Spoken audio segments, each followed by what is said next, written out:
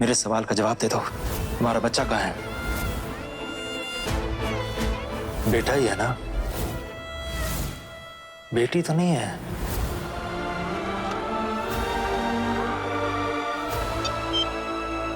Sorry sorry sorry बेटा, तुझे पनीर पराठा की रेसिपी चाहिए थी ना? देख भूल गई। अभी ना बच्चों को पढ़ा रही हूँ, ट्यूशंस खत्म करने के बाद आधे घंटे में फोन करती हूँ, ठीक है? हेलो नंदिनी, खामोश क्यों बेटा? सब ठीक है? माँ, मैं भागते भागते थक गई हूँ माँ। किससे भागते भागते बेटा? क्या हुआ मुझे बताओ। अपने अतीत से भागकर चाहे कितनी भी दूर जाऊं, वो मुझे ढूंढ ही लेता है। जो कंपटीशन मैं ऑर्गेनाइज कर रही हूँ, उसका जज करण है। क्या बेटा, तूने रॉय को तो नहीं बताया ना? अब तो जानती है ना, मैं रॉय से कुछ नहीं छुपाती। सिर्फ वही तो एक है जो मुझे टूटने नहीं दे रहा। देख बेटा, माँ की एक बात सुनेगी तो ये प्रोजेक्ट छोड़ दे, जरूरत पड़े तो कंपनी ही छोड़ दे। तू जितना दूर रहेगी ना इस आदमी से, उतना तेरे लिए बेहतर होगा बेटा। वैसे बंदा तेरे लेवल का नहीं है, खुश तो नहीं होगी उसके साथ। कहीं ऐसा ना हो साथ में काम करते करते तेरा मेरा टाका फिर से भिड़ जाए। नंदिनी, सुन रही है ना तू मेरी बात? नहीं माँ, अब और नहीं। अब नहीं भागूंगी मैं।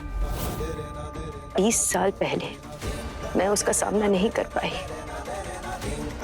लेकिन इस बार मैं ऐसा नहीं होने दूंगी।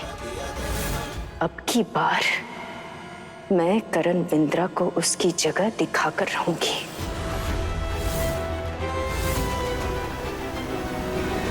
ये कंपटीशन टेलीविजन पर आएगा और क्योंकि इस बार करण बिंद्रा जी जज हैं, तो इसकी काफी चर्चा भी होगी।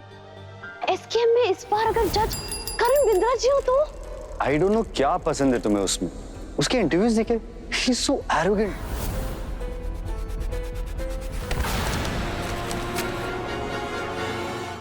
तो पैरा नु हाथ ना लगा यार। तेरा बाप थोड़ी हूं जो मेरे पैर छू रही है। पता नहीं कहां से आ जाते हैं। सर वो आपके पैसे। गिरी चीजें नहीं उठाता मैं।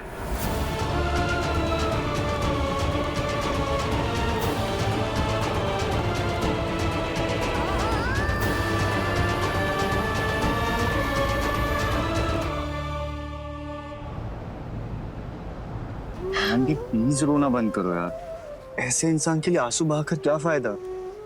तुम तो जानते हो ना, करण बिंद्रा से मिलना हमारा कितना सालों पुराना सपना था, और सुर संग्राम में पार्टिसिपेट करने के लिए भी हम इसीलिए एक्साइटेड थे।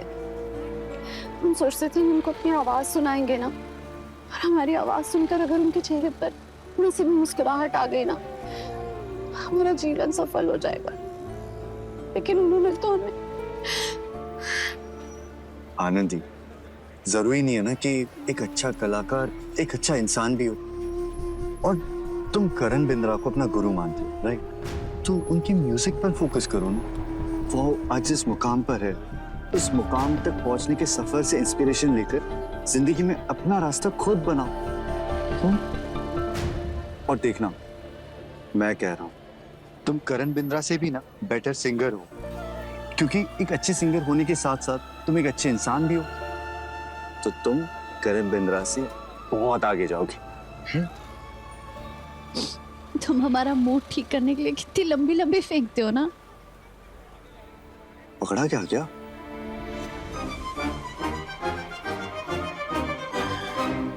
माना कि हम दोनों एक साथ हैं, पर हमारे ओपिनियंस सेम होना जरूरी नहीं है। और मुझे अडॉप्शन से प्रॉब्लम है, ये तुम्हें समझना होगा आनंदी। अच्छा, सुबह के लिए सॉरी वैभव। I mean, हमें तुम ऐसे सरप्राइज नहीं देना चाहिए था ना। हाँ, वो सिर्फ सॉरी से काम नहीं चलेगा। अगर तुम अपने हाथों से कैरमल कस्टर्ड बनाकर मुझे खिलाओगे, तो सोचेंगे कि माफ करना क्या। ठीक है, तो कल हम साथ में लंच करेंगे। यार कल पॉसिबल नहीं है। आने थी, तुम भूल गई। कल हमारा ग्रेजुएशन डे है, कॉलेज का लास्ट डे, कॉलेज से आजादी। तो कल से हमारा रोज मिलना बंद। प्लीज मूड ऑफ मत कर लो यार, अभी तो मनाया ना। देखो मैंने तुमसे पहले भी कहा, भले ही मैं तुम्हारे पास ना रहूं, बट हमेशा तुम्हारे साथ हूं। एंड डोंट वरी, हम पहले की तरह रोज मिलते रहेंगे। ओके? Now smile.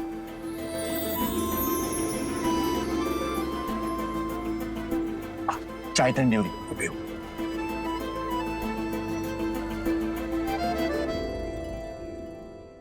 ये टैबलेट ले लो। Within 10 minutes, you'll feel better. Doctor Shalini Joshi. Yes, sir. I am Viren Agarwal. क्या हुआ अनीशा को? I'm sorry, Mr. Agarwal. Anisha अपने पेरेंट्स को बुलाना नहीं चाहती थी और आपको कॉल करने के लिए कहा। वैसे घबराने वाली कोई बात नहीं है। शायद अनीशा को कॉलेज में ही पैनिक अटैक आया था। अचानक से उसे घबराहट होने लगी। ऐसा लगता है जैसे कोई बात उसे बहुत परेशान कर रही है।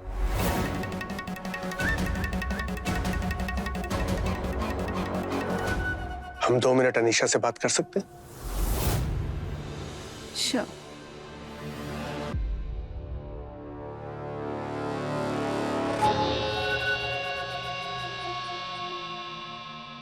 क्या हुआ बेटा?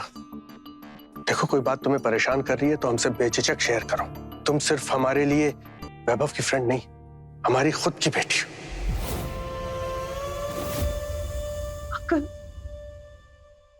कल ग्रेजुएशन डे है। अब तक तो कॉलेज के बहाने मैं वैभव से मिल लेती थी, मगर कल के बाद पता नहीं वो मुझसे मिलेगा भी या नहीं। I am very sorry uncle, मैंने आपको यहाँ बुलवाया। अगर मैं डैड को यहाँ बुलाती तो वो डेफिनेटली यही कहते कि अब हमें दुबई शिफ्ट हो जाना चाहिए। लेकिन अंकल मैं नहीं चाहती हूँ कि हमारे यहाँ से जाने के बाद आपके बिजनेस पे कोई असर पड़े।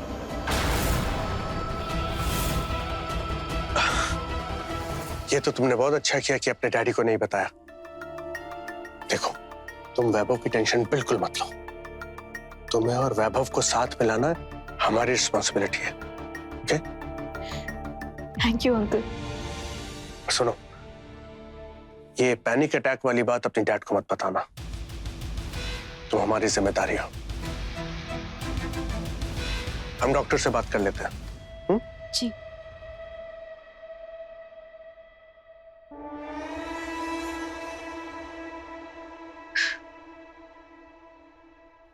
सॉरी वैभव, मगर तुम्हें आनंदी से दूर करने के लिए मुझे जो करना पड़े ना, मैं वो करूंगी। इतनी कोशिश करने के बाद भी आनंदी इनकी चिट्ठी नहीं पढ़ पाई। किसी भी हाल में ना अब इसे पढ़वा के ही रहेंगी। पता नहीं इन्होंने भी ना कहाँ छुपा के रख दी है। अब आते हैं। दीपू, क्या हुआ? तुम इतनी जल्दी कैसे आ गई? अरे तुम रो क्यों रही हो? क्या हुआ? अरे इतना गुस्सा क्यों हो? रो क्यों? ये तुम्हारे हाथ पे क्या लिखा दिखाओ? ये सब आपकी वजह से हुआ है मम्मी। हमें बताओ तो सही, आखिर हुआ क्या है? किसने लिखा है तुम्हारे हाथ पर? आज हमने पूरी क्लास के सामने अपनी बेइज्जती करा के आ रहे हो। क्या हुआ बेटा? आपने जबरदस्ती की थी, इसलिए हमने सिंगिंग कंपटीशन में पार्टिसिपेट किया था। मैं नहीं करना था। सब लोग हमारा गाना सुनकर बोले ये कोयल की बहन कौआ, और जबरदस्ती हमारे हाथ में एक गाय लिख दिया। हम किसी को शक्ल नहीं दिखा पाएंगे अपने। आजकल के बच्चे भी ना बदतमीज हो गए हैं। बताओ, तुम दिल छोटा मत करो बेटा, तुम दिल छोटा मत करो। सुबह उठ के ना तुम भी आनंदी की तरह रियाज किया करो। थोड़ी सी प्रैक्टिस की कमी है, बाकी और कुछ नहीं है। दिल छोटा नहीं करते बेटा। मम्मी तुम मान क्यों नहीं लेती? हम नहीं है आनंदी दीदी की तरह टैलेंटेड। हम नहीं कर पाएंगे उनकी बराबरी। बेटा ऐसे नहीं बोलते। वो तो सुर संग्राम भी जीत जाएंगी और सबके सामने फेमस हो जाएंगी, पर हम यही रहेंगे लूजर के लूजर बनके। कुछ लोगों के नसीब में होता है मम्मी लूजर बनना, और हम लूजर हैं। हम लूजर हैं।